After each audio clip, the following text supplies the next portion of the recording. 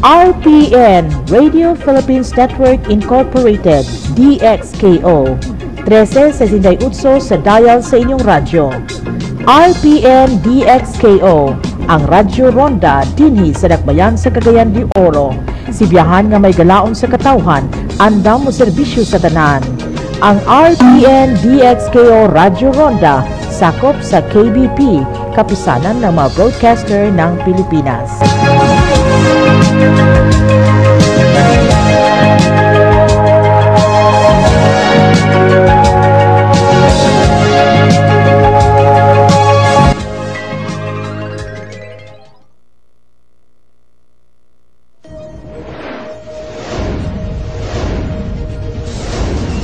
Balita sa DXKO, mga nagunang kasayuran sa tinubdang lokal, nasyonal, gawas sa nasod, sports ug entertainment, inyong mabati sa balita sa DXKO. Balita sa DXKO. Ug karon, ania ang inyong tigbalita. Mga igala, kumusta og mayong buntag?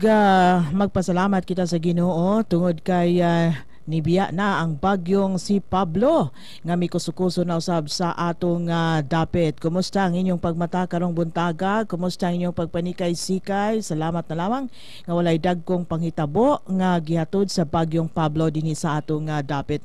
Aniya kining uluhan sa atong mga balita sa Radyo Ronda. Una sa uluhang lokal, balik eskwela na sa tanang ang sa eskwelahan karong adlaw sigun sa mando sa Mayor.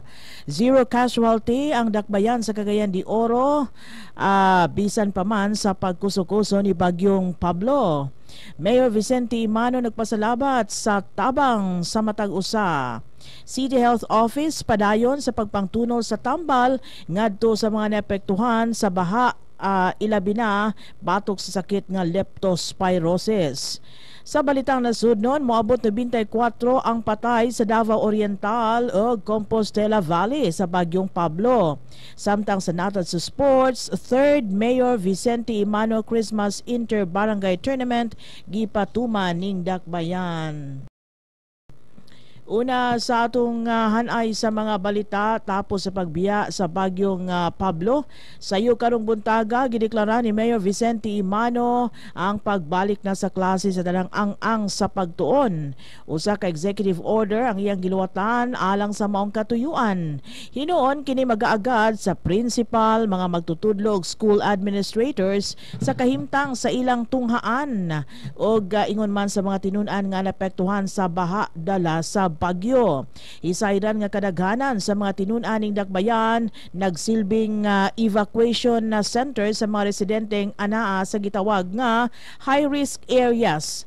Ang ato na sayran nga ang mando usab sa mayor nag-agad kini sa pagpakita na sa maayong dagan sa panahon karong adlaw. Gikalipay sa mga naglangkob sa City Disaster Risk Reduction and Management Council nga walay nakabsan sa kinabuhi sa pagkapak sa bagyo dinhi sa Dakbayan. Kainumduman nga sa deklaradong deklaradong signal number 3 ang Dakbayan, apil na sa lalawigan sa Misamis Oriental tungod sa daotang panahon. Wala hinoy gika-report nga mga balay nga naanod ingon man sa dagkong kadaot dinhi sa Dakbayan. Sukwahi kinis na itabo natong bagyong Sendong. Kini bunga sa pag-alerto na sa katawhan o pagmaigmat kanunay sa mga pahimangno sa otoridad. Dinhi sa Cagayan de Oro, miabot sa 43 ka evacuation centers ang gipahimutang sa libo-libong katawhan nga midangop niini ilabi na kadtong anaa daplin sa suba, kadagatan, kasapaan ug bisan pa man sa mga high danger zones. Ang pagpakabana sa mga residente dinhi sa Dakbayan epekto kini sa leksyon nga nakuha niadtong paghapak sa bagyong Sendong nga halos mosa ka tuig na usab ang nakalabay sa maong kalamidad. Mapasalamaton si Mayor Vicente Imano sa gipakitang tabang o kooperasyon sa matag usa bisan pa sa puwersas kapulisan, kasundaluhan, sa fire department ug sa uban pang ahensya sa gobyerno. Ingon man sa pribadong grupo bisan pa man sa mga individual nga nagpakabana sa kaluwasan sa matag usa. Nasinati man ang pagbaha sa pipila ka mga agianan apan walay balay nga naanod, way kinabuhi ang nakala ug walay dakong damyos nga nahiaguman base usab kini o subay usab kini sa pagpasalamat sa atong mayor. Balik trabaho na ang mga opisina dinhi sa syudad apan padayon pa ang pagpanglimpyo sa pipila ka mga residente. Adunay namutol sa sanga sa kahoy, limpios mga hugaw nga gianod sa pagdaloy sa tubig ayo sa atop sa kabalayan ang giatiman karon sa pipila ka katawhan. Hinay-hinay na usab nga pagbalik sa ilang tagstag sa kapanimalay ang gipahimutang dinha sa evacuation centers. Tanan nga kadalanan ang magian na sa mga sakyanan samtang nahibalik na usab ang supply sa kuryente sa daghanang Pinoy-anan. Doon na pa hinuoy pipila ka mga lugar nga wala pa nahibalik ang ilang sugang dagita. Susama sa tubig adunay daghan paghihapong mga residente ang wa ka supply sa tubig hangtod sa pagkutlo ning nasangpit nga report. Padayon karon ang pagpangtuno sa tambal sa leptospirosis. Ang City Health Office, mga barangay health workers gitahasan sa pagpahibalo ngadto sa mga residente ug sa mga barangay officials nga andam ihatag ang mga tambal. Ilabi na sa pagpugong nga di makabaton sa sakit nga leptospirosis alang sa mga nanginhanglan niini.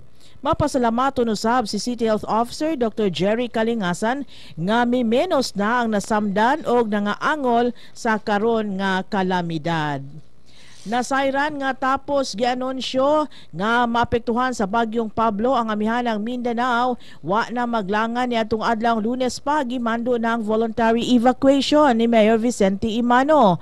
Kinisubay usab sa pag-isa sa Blue Alert gikan sa Green Alert sa City Disaster Risk Reduction and Management Council.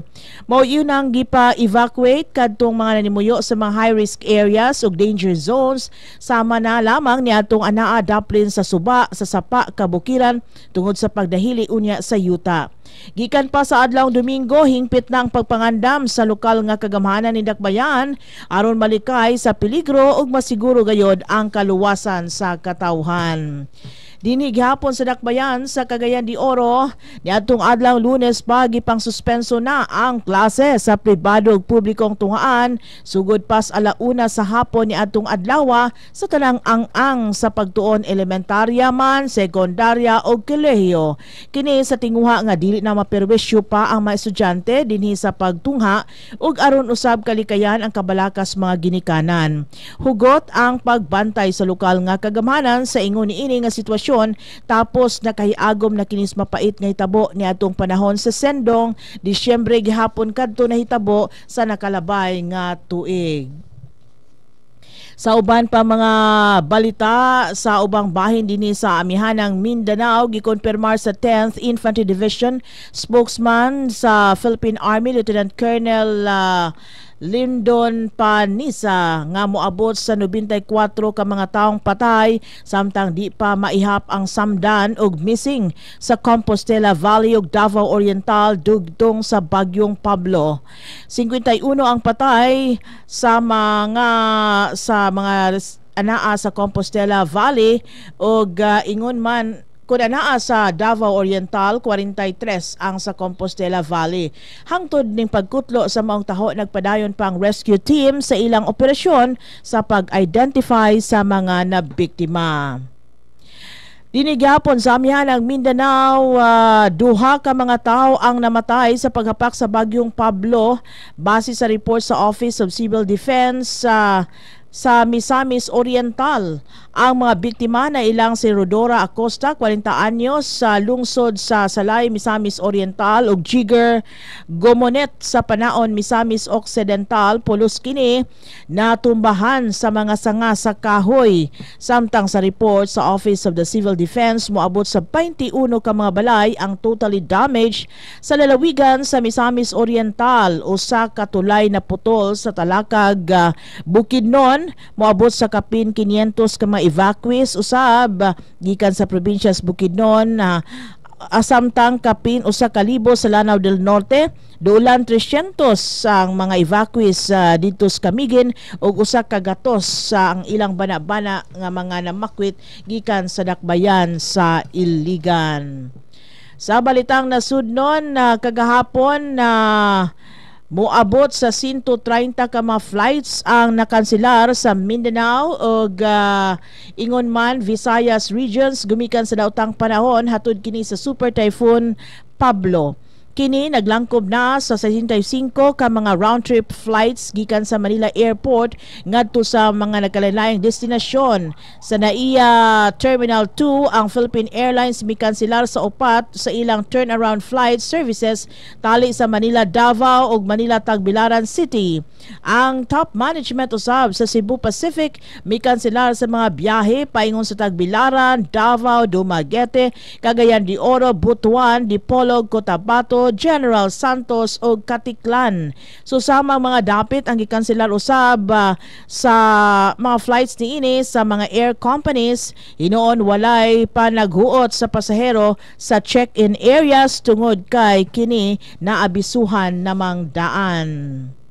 Sa natad sa sports, ato na sayran nga human sa malampusong duha ka edisyon. Nagtigi na usab ang nagkadaiyang kabaranggayan alayon sa paglusad sa 3rd Mayor Dongkoy Imano Christmas Inter-Barangay Basketball Tournament niadto kining Biyernes sa Lapasan Covered Court. Mas bibo og mas makalingaw alang sa katawhan ang mangdula tungod kay home and away ang format niini nga torneo din duha o diha mismo sa ilang barangay gipaygayon ang mga dula sa Open ug 18 under division. Nagpasalamat ang mayor kanila ni Program Head Buboy Sabal ug Chinglay Casino ang tournament commissioner. Mao kato ang naglangkob sa atong balikta karong adlaw. Daghang salamat sa inyong pagpaminaw. Balikan natong uluhan sa atong mga balita sa lokal nga tinubdan. Balik eskwela na sa tanang ang sa pagtuon dinhi sa Dakbayan base sa deklarasyon sa mayor. 0 casualty ang syudad sa Cagayan de Oro sa bagyong Pablo. Mayor Vicente Imano nagpasalamat sa tabang sa matag usa, samtang City Health Office padayon ang pagpangtuno sa mga tambal sa mga napektuhan sa baha, ilabi na tambal batok leptospirosis. Sa kauluhan 94 patay sa Davao Oriental ug Compostela Valley sa bagyong Pablo, samtang sa sports 3rd Mayor Vicente Dongkoy Imano Christmas Inter-Barangay Tournament gipatuman ning Dakbayan. Hangtod sa sunod higayon sa ngalan sa kinatibuang puwersa sa News and Current Affairs sa RPN TV5 o DXK Radio, maayong adlaw sa tanan. Ako si Jean Seroihos. Mao kadto ang hanay sa mga labas nga kasayuran sa atong palibot. Mga balita nga angay niyong masayran dinhi lamang sa DXKO. Daghang salamat sa inyong pagpaminaw.